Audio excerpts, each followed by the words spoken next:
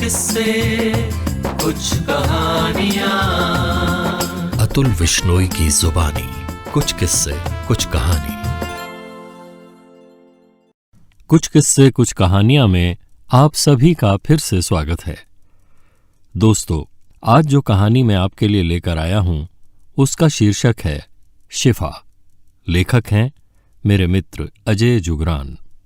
तो आइए कहानी शुरू करते हैं। शिफा। अपने धर्म और परिवार, रिश्तों में हमारी पैदाइश हमें कभी जीवन भर तो कभी एक खास उम्र तक शायद ही कोई भी चयन करने देती है। पर अगर हम चाहें तो अपने सेवा मार्ग, उसके लाभार्थियों और अपने मित्रों का चुनाव स्वयं कर सकते हैं।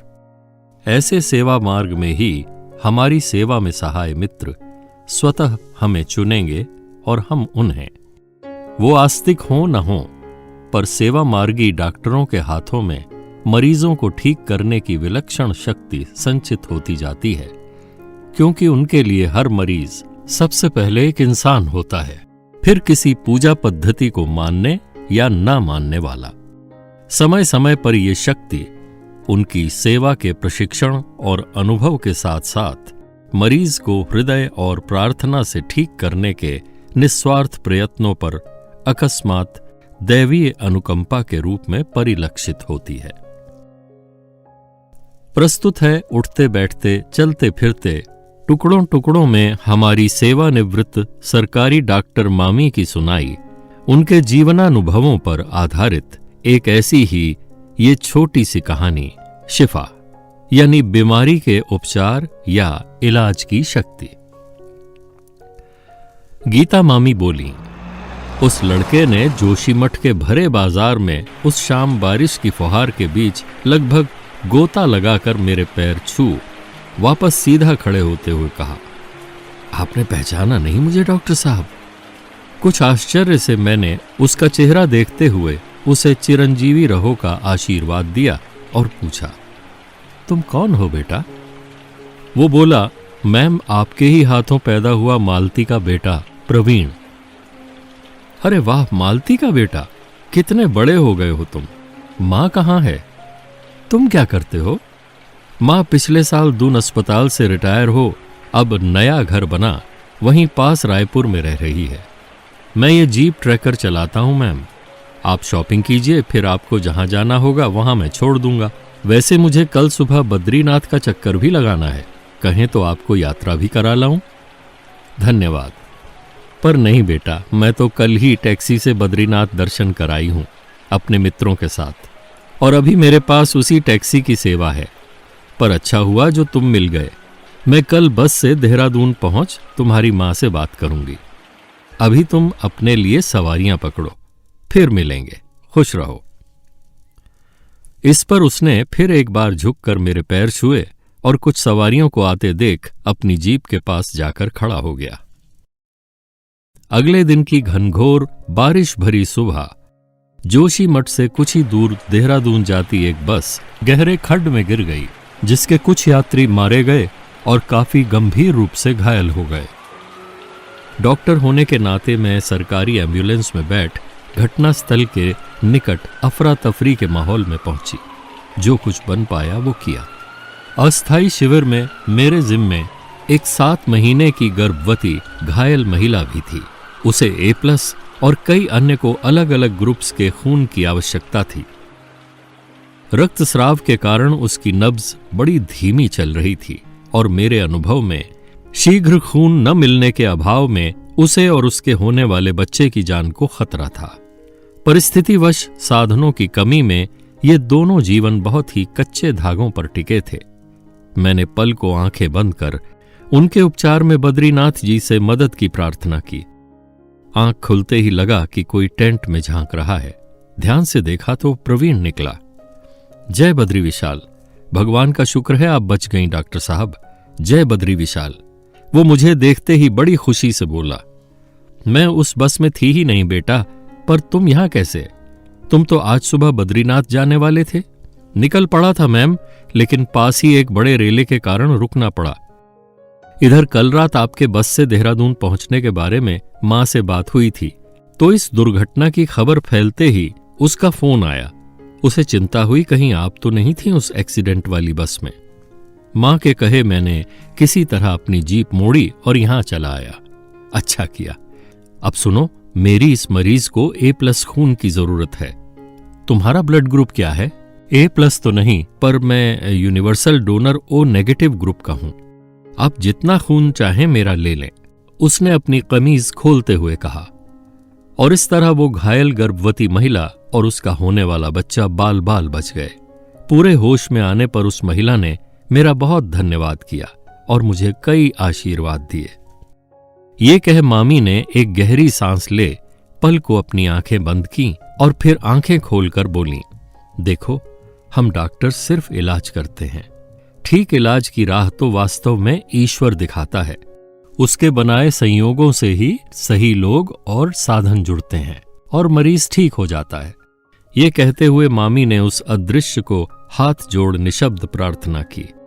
उनके इस जीवनानुभव में छिपे संदेश को आत्मसात करने की कोशिश में हम सब शांत हो उन्हें आगे सुनने के लिए वहीं बैठे रहे तो वे बोलीं, आगे चलकर अस्पताल से जब जब भी मेरा कोई मरीज ठीक होकर गया, तब तब मुझे लगा कि उनसे पहले ठीक हुए मरीजों के आशीर्वाद मेरे बड़े काम आए।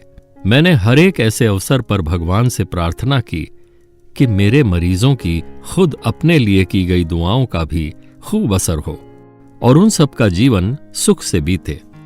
वैसे मुझे तो लगता है जीवन अर्थपूर्ण है और उसमें हो रही बातें और घटनाएं कहीं न कहीं जुड़ी होती हैं।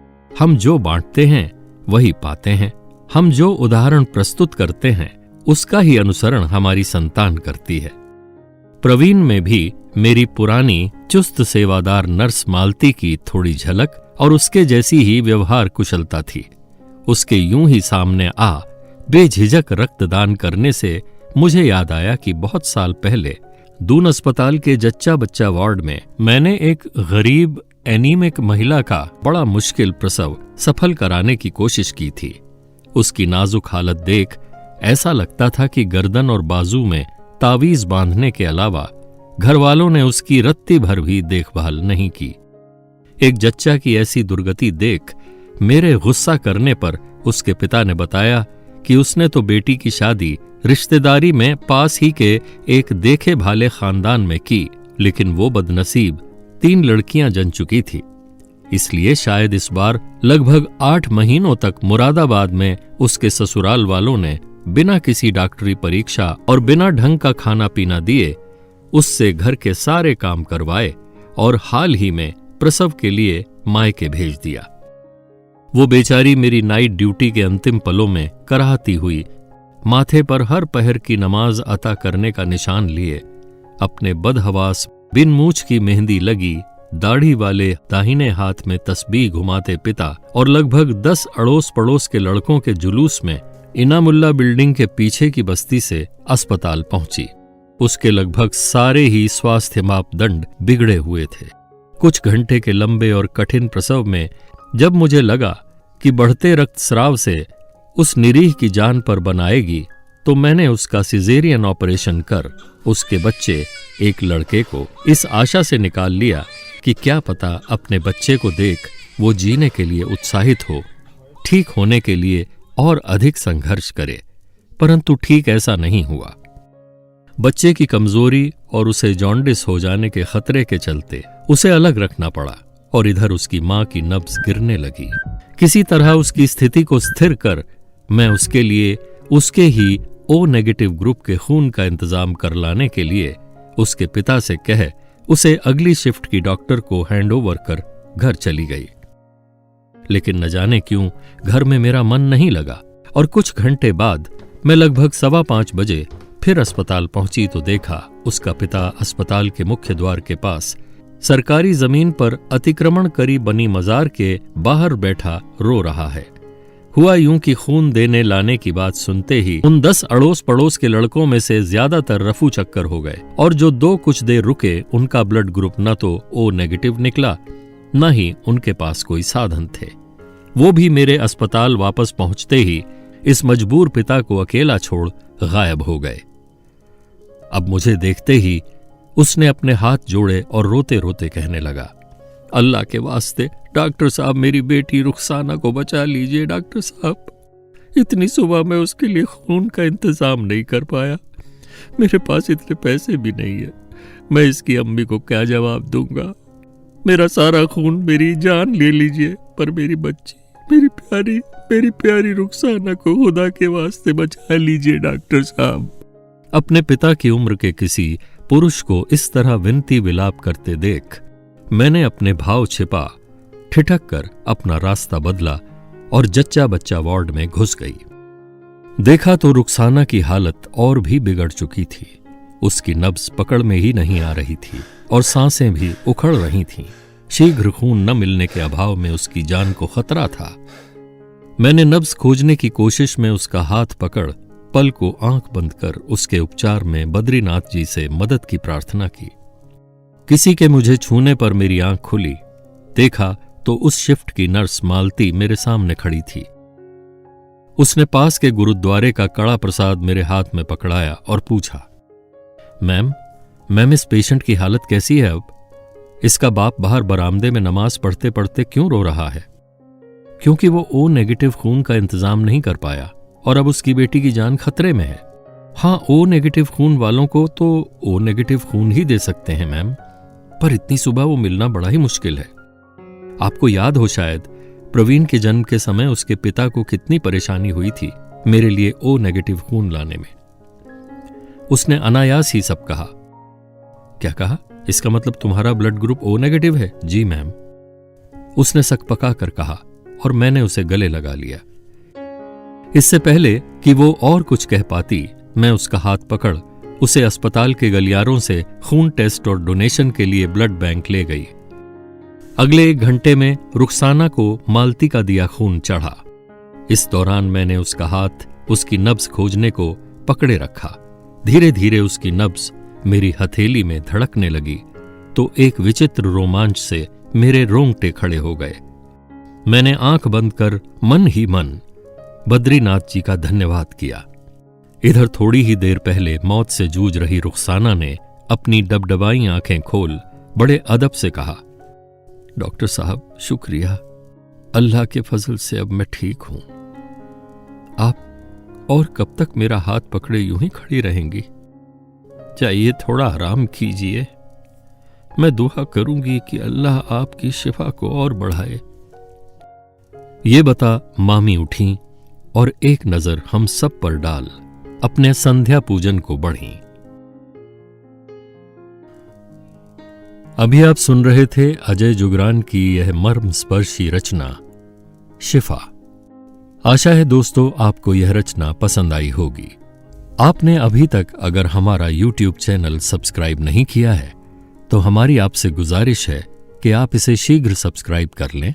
और हां, हर कहानी को सुनने के बाद अपनी टिप्पणी और सुझाव देना ना भूलें, क्योंकि आपकी टिप्पणी और सुझाव हमें अपने कार्यक्रम को और अधिक रोचक बनाने में हमारी सहायता करते हैं। धन्यवाद। कुछ किस्से, कुछ कहानियां, अतुल विश्नोई की जुबानी। कुछ किस्से, कुछ कहानी।